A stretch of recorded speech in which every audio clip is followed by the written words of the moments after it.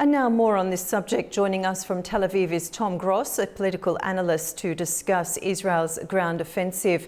Tom, thanks for joining us today. Hello. So Prime Minister Netanyahu's office stated that a basic quantity of food will be allowed in for the local population and that any starvation crisis in the area would jeopardise Israel's ground offensive. So to be clear, how practicable is the attainment of such an objective?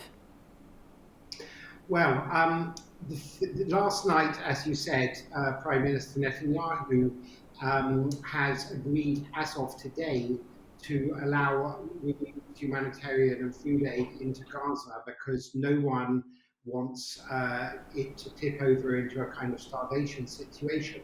The catch-22 for Israel is that Hamas, throughout the war, has used this aid to basically control the population, the Palestinian population, by selling it or depriving it to its political opponents and so on. So from Israel's point of view, yes, it alleviates humanitarian suffering to bring in to allow in aid. On the other hand, it also strengthens Hamas and therefore prolongs this war, which will take longer now for Israel to succeed in. So it's a kind of horrendous catch-22 situation where it's obviously not good for anyone to go hungry, but it's also not good for Palestinians and everybody else for the war to continue either. And how soon will Israel be able to achieve this? Some would say a near impossible task, in particular bearing in mind the plight of the local population, which is a matter of great concern for many, and I presume for Israelis too.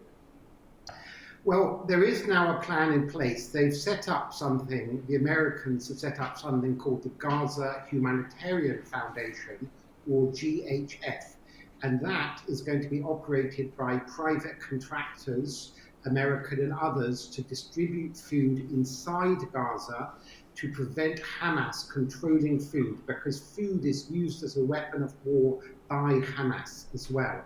And this Gaza Humanitarian Foundation will apparently be ready to operate on May 24, 5 days from now.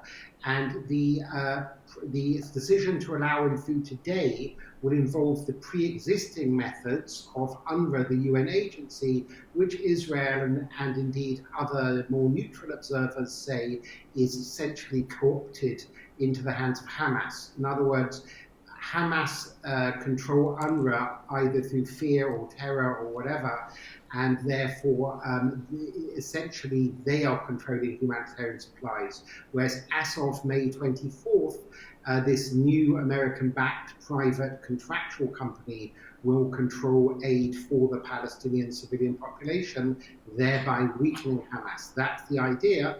And I might add, a friend sent me a photo from the arrivals desk of Tel Aviv airport yesterday, in which a whole plane load of these private contractors arrived. He sent me a photo of what looked like some pretty tough-looking guys aged in their 20s and 30s.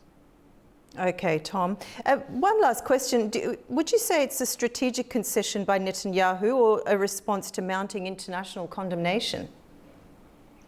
Well, it's both. There's a lot of opposition from even within his own party saying, look, this war's been going on 20 months. It's very simple. Either Israel wins the war or it doesn't. If it doesn't win the war, then although Hamas have been gravely weakened, they will rebuild, they will reassert control over Gaza, and there will almost certainly be another war down the line.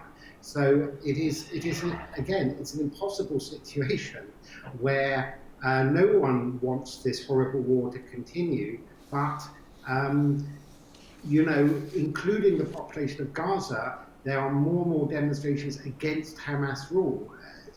Hardly anyone wants Hamas to rule, and it's a question of whether Israel can win the war.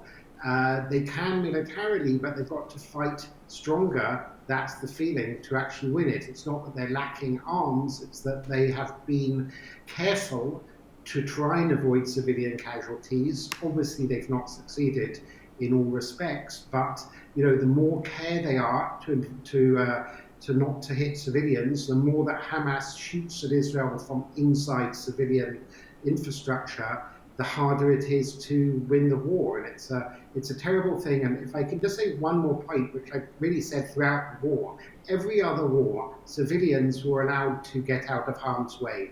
In Ukraine war, millions of people fled to Poland and other neighboring countries. In Syria, they fled to Turkey and to Lebanon and Jordan and Germany. In Mosul, when America and Britain were taking on ISIS, the population was allowed to get out of the way. It is the entire world's responsibility, or rather complicity, not to allow Palestinian civilians to seek shelter, let's say, on the Egyptian-Israeli border. In other words, they are being kept on a battlefield because the world, particularly the Arab world that could take some Palestinians that hasn't, temporarily, have not given refuge. They've forced civilians to stay on the battlefield. And can you imagine the international outcry if, I don't know, in Ukraine, no Ukrainian civilians were allowed to leave the heat of the battle? It's a horrendous situation, and I wish the world, yes, put pressure on Israel, yes, put pressure on Hamas's allies like Qatar, but also put pressure on Egypt and other countries to give temporary shelter to Palestinians so that they're not in harm's way as the war continues. Okay, Tom, thank you so much for joining us on the program today. Thank you.